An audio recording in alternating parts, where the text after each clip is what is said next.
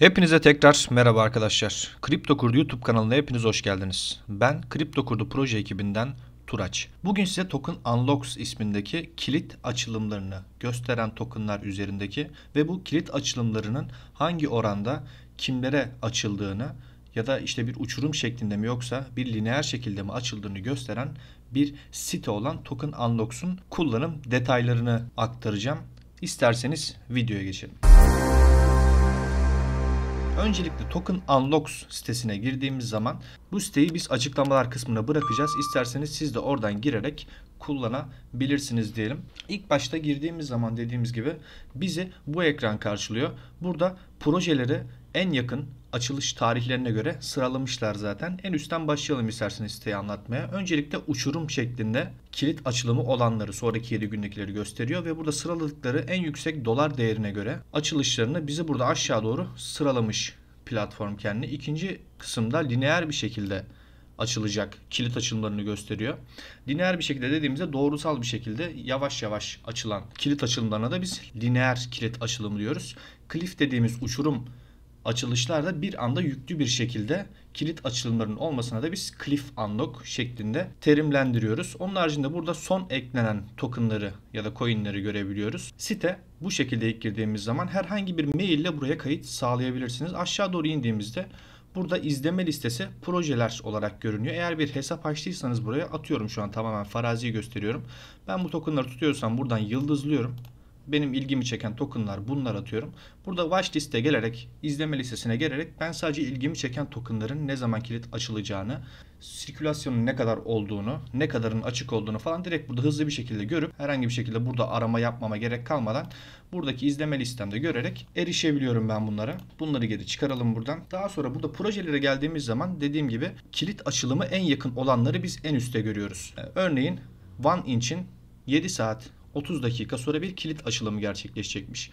Ya da ENA'nın 10 saat, 10,5 saat sonra bir kilit açılımı gerçekleşecekmiş. Buraya geldiğimiz zaman da kaç bin dolarlık ya da kaç milyon dolarlık kilit açılımı olacağını direkt burada zaten site bize gösteriyor. Şu öndeki işaretlerde yukarıda anlattığımız uçurum bir şekilde mi, yani yüksek bir kilit açılımı mı yoksa yavaş yavaş bir lineer, bu da lineerin işareti. Lineer bir şekilde mi açılacağını bu işaretler bize gösteriyor zaten. Benim bu izleme listesi kısmını kullanmanızı ben tavsiye ederim. Tek tek girip burada bütün tokenları incelemek size zaman kaybı yaratacaktır. Elinizde tuttuğunuz projeler olur, izleme listenizde olan projeler olur. Bunları gelip burada izleme listesine alarak daha hızlı ve daha verimli şekilde bu siteyi kullanabilirsiniz.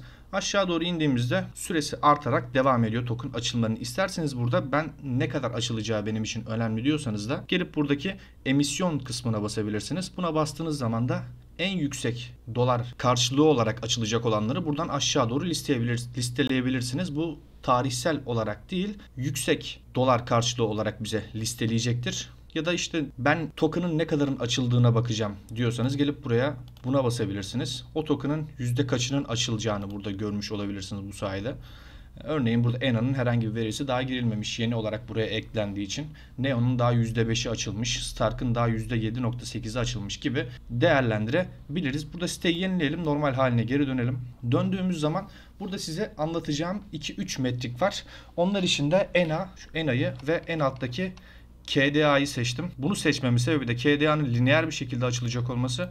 ENA'yı seçmemin sebebi de bir uçurum şeklinde bir açılımının olması. ENA projesiyle başlayalım isterseniz. Ethena projesi, şu an burada fiyatsal karşılığını görüyoruz. Market cap'in ne kadar olduğunu, işte bütün arzı bu fiyattan dolaşıma girerse ne kadarlık bir dolar hacmine ulaşacağını, şu an sirkülasyondaki arzını ve toplam arzını, o şu an sınırsız görünüyor burada. Burada görebiliyoruz. Henüz bu veriler daha gördüğümüz gibi burada açılma prosesi de henüz eklenmemiş siteye. Geldiğimiz zaman burada yaklaşık olarak 10,5 saat sonra şu anki arzın, bu anlama geliyor, şu anki sirkülasyondaki arzın %3,76'sı kadar token eklenecek içeri anlamına geliyor.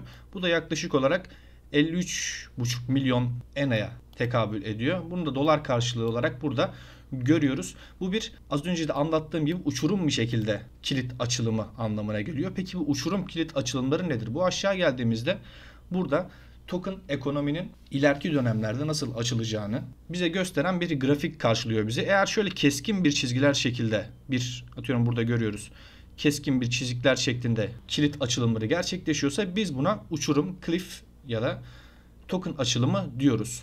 Ama biraz sonra KDA'da göstereceğim gibi böyle bir doğrusal şekilde yukarı doğru devam ediyorsa biz buna da lineer bir şekilde kilit açılımı devam ediyor diyoruz. ENA'ya geri dönecek olursak buraya geldiğimizde buranın üstüne tıkladığımızda bizim bu kilit açılımının ya da şurada da görebiliriz. Kilit açılımının yüzde kaçının nereye gideceğini ya da bu yüzdelik dilimin nereye dağılacağını biz burada görebiliyoruz. Örneğin bu 50 milyonun hepsini ekosistem gelişimi için kullanacaklarını burada görebiliyoruz. Aşağı geldiğimiz zaman da burada 2025'ten sonra bu token'ın geliştiricilerine ve yatırım yapanlara token dağılımının açılacağını biz burada görebiliyoruz. Beni bu ilgilendirmiyor kardeşim. Ben 2025'ten öncesine bakmak istiyorum diyorsanız da bu kısımları gelip burada istersek kapatabiliyoruz ve kapattığımız zaman bize sadece ekosistem için açılacak olan tokenları gösteriyor. Ve bu grafik de bizim gözümüze daha çok büyüdüğü için daha kolay bunun üzerinde izleme yapabiliyoruz aslında.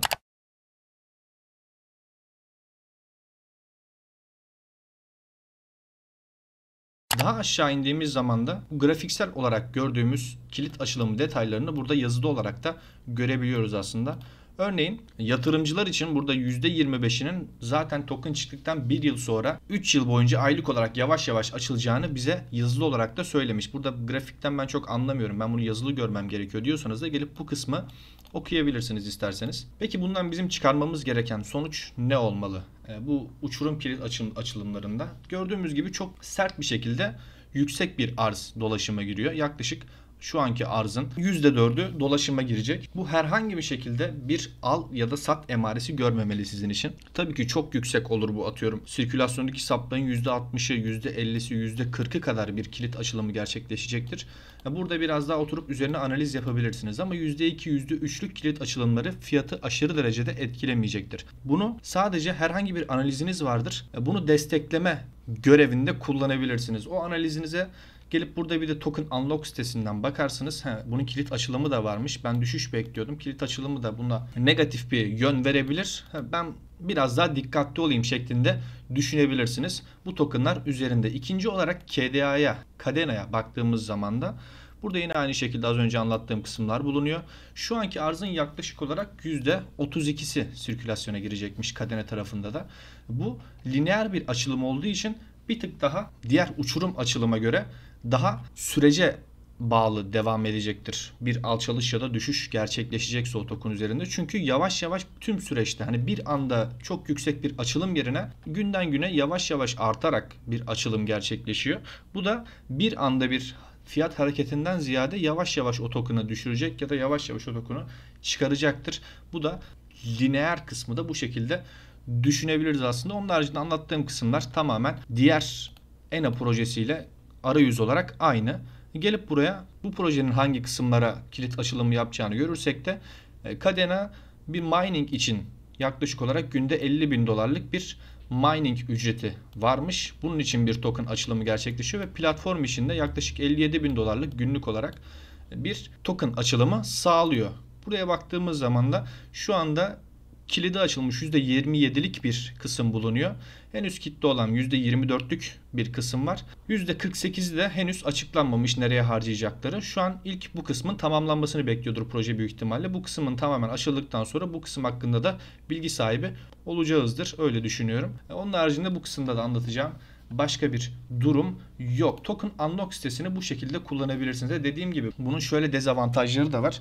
Artık Token Unlock gibi siteler ya da bunun haricinde başka siteler de bulunuyor.